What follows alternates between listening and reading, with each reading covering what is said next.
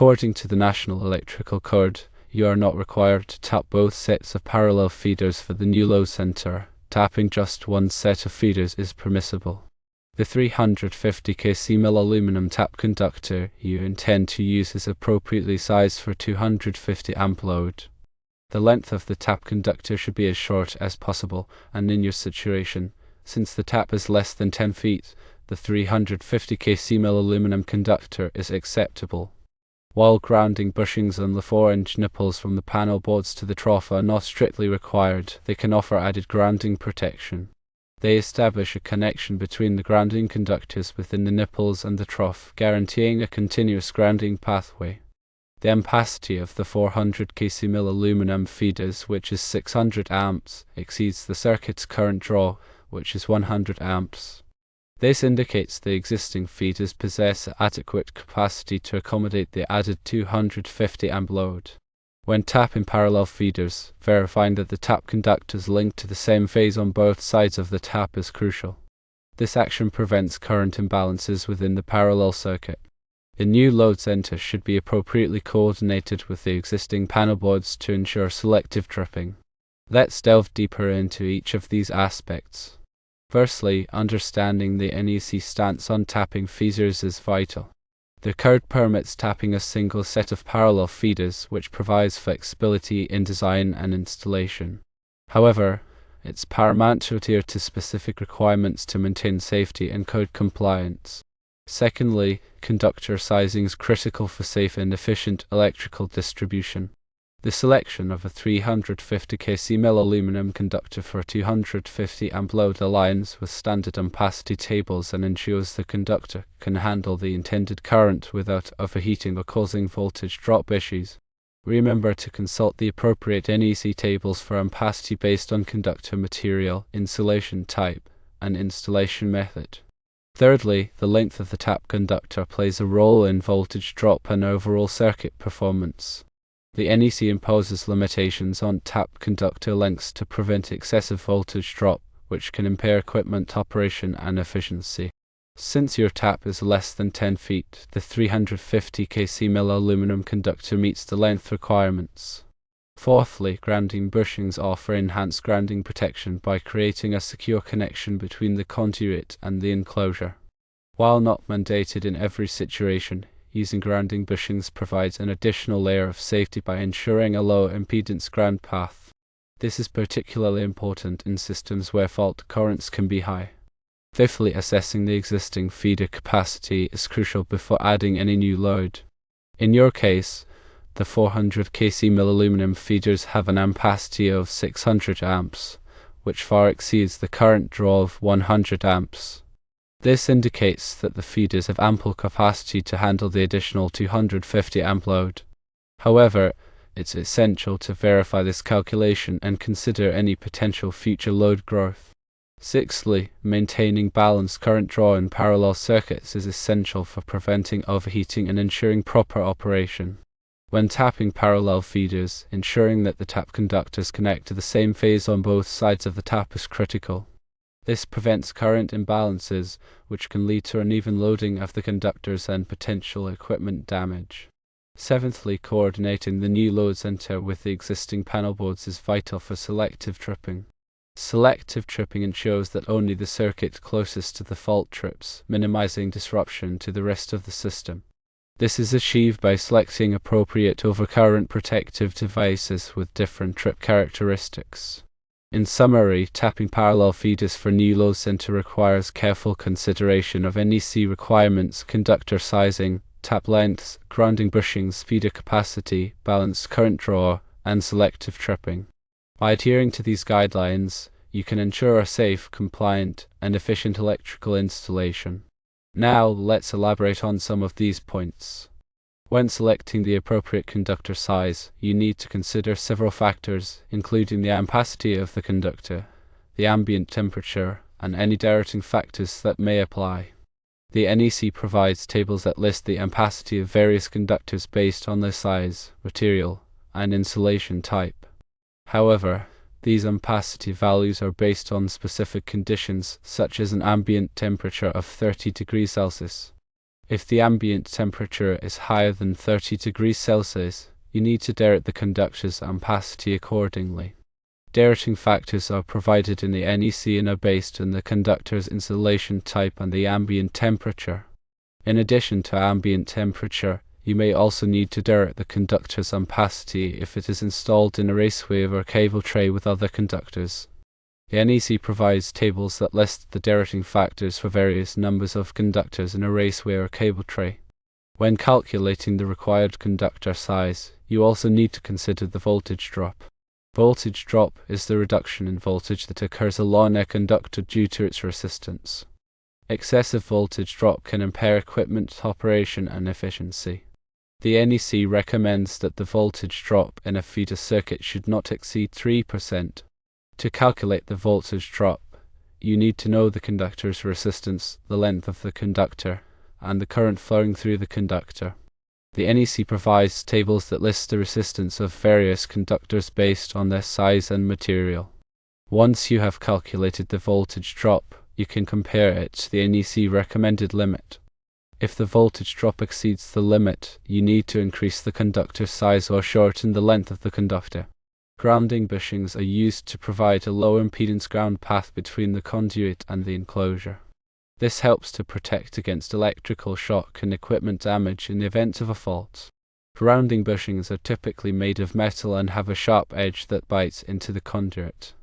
This creates a secure electrical connection between the conduit and the bushing. The bushing is then connected to the enclosure using a bonding jumper. The bonding jumper should be sized according to the NEC and should be made of copper or aluminum. When installing grounding bushings, it is important to ensure that they are properly tightened. Loose grounding bushings can create a high impedance ground path, which can increase the risk of electrical shock and equipment damage. Selective tripping is a coordination strategy that ensures that only the circuit closest to the fault trips, minimizing disruption to the rest of the system. This is achieved by selecting appropriate overcurrent protective devices with different trip characteristics. Overcurrent protective devices, such as circuit breakers and fuses, are designed to trip when the current exceeds a certain level. The trip level is determined by the device's ampacity rating. In a selectively coordinated system, the overcurrent protective devices are selected so that the device closest to the fault trips first. This prevents upstream devices from tripping unnecessarily, which can cause a loss of power to other parts of the system. To achieve selective tripping, you need to consider the trip characteristics of the overcurrent protective devices. Trip characteristics describe how the device responds to different levels of overcurrent. Some devices have instantaneous trip characteristics, which means that they trip very quickly when the current exceeds the trip level. Other devices have time-delayed trip characteristics, which means that they delay tripping for a certain amount of time. The amount of delay depends on the level of overcurrent.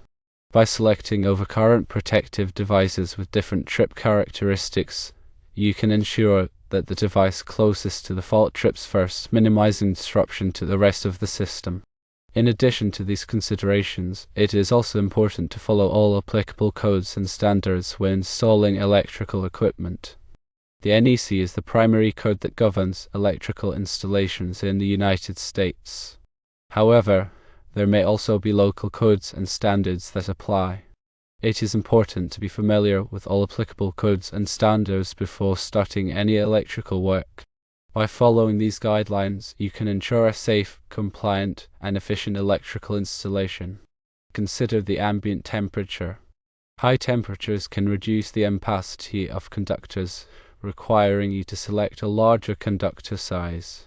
Consult NEC Table 310.15b16 for ampacity values and Table 310.15b2 for temperature correction factors. Always use properly rated connectors and ensure they are correctly torqued to prevent overheating and loose connections. Verify that all equipment is listed and labeled by a recognized testing laboratory, such as Underwriters Laboratories UL or Intertech ETL. Use appropriate personal protective equipment (PPE), including safety glasses, gloves, and insulated tools, when working on electrical systems. Double-check all connections and terminations to ensure they are tight and secure. Use a torque wrench to tighten connections to the manufacturer's specified torque values. Document all work performed, including conductor sizes, overcurrent protection ratings, and grounding details. This documentation will be helpful for future maintenance and troubleshooting. Remember to consider future load growth when designing the electrical system. It is always better to oversize conductors and equipment slightly to accommodate future needs. Conduct regular inspections of the electrical system to identify and correct any potential problems. Look for signs of overheating, loose connections, and damaged equipment. If you are not comfortable working on electrical systems, it is best to hire a qualified electrician. Electrical work can be dangerous, and it is important to have the necessary knowledge and skills to do the job safely. Furthermore, consider the specific characteristics of aluminum conductors. Aluminum has a higher coefficient of thermal expansion than copper, so connections can loosen over time due to thermal cycling. Use connectors that are specifically designed for use with aluminum conductors and follow the manufacturer's recommendations for installation. Aluminum also forms an oxide layer on its surface, which can increase resistance and lead to overheating.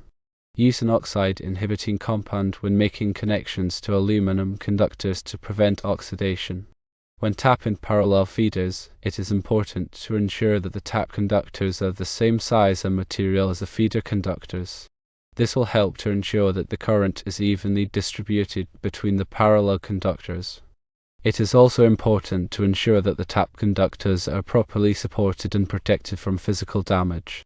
Use conduit or other protective measures to protect the tap conductors from damage. The NEC requires that all electrical equipment be properly grounded. Grounding provides a low impedance path for fault current to return to the source, which helps to protect against electrical shock and equipment damage. The grounding system should be designed and installed in accordance with the NEC. Grounding electrodes, such as ground rods and ground plates, should be installed to provide a connection to earth. The grounding electrode conductor should be sized according to the NEC and should be connected to the grounding bus in the panel board. Equipment grounding conductors should be run with the circuit conductors to provide a path for fault current to return to the source. Remember to perform a load calculation to determine the total load on the new panel board. The load calculation should include all of the connected loads, including lighting, receptacles, and equipment. The load calculation will help you to determine the required size of the panel board and the overcurrent protection. When selecting a panel board, it is important to choose one that is properly rated for the voltage and current of the system. The panel board should also have enough spaces for all of the required circuit breakers. The panel board should be installed in a dry and accessible location. The panel board should be properly labeled with the circuit designations. Always follow the manufacturer's instructions when installing electrical equipment. The manufacturer's instructions provide important information about the proper installation and operation of the equipment. Failure to follow the manufacturer's instructions can void the warranty and can create a safety hazard. If you have any questions about electrical installations, it is best to consult with a qualified electrician. A qualified electrician can provide expert advice and can ensure that the electrical system is installed safely and in accordance with all applicable codes and standards. In addition, remember to consider the type of loads that will be connected to the new panel board. If the panel board will be used to supply power to motors, you may need to provide motor overload protection. Motor overload protection is designed to protect motors from overheating and damage due to overcurrent. The NEC provides specific requirements for motor overload protection. If the panel board will be used to supply power to sensitive electronic equipment, you may need to provide surge protection. Surge protection is designed to protect electronic equipment from damage due to voltage surges. Voltage surges can be caused by lightning, switching transients, and other electrical disturbances. The NEC provides recommendations for surge protection. Always use the correct type and size of wire connectors. Wire connectors are used to join two or more wires together. There are many different types of wire connectors available, each designed for a specific purpose. It is important to use the correct type of wire connector for the application. The wire connector should also be sized correctly for the wire size. Over-tightening wire connectors can damage the wires and can create a safety hazard. Under-tightening wire connectors can cause the wires to come loose, which can also create a safety hazard.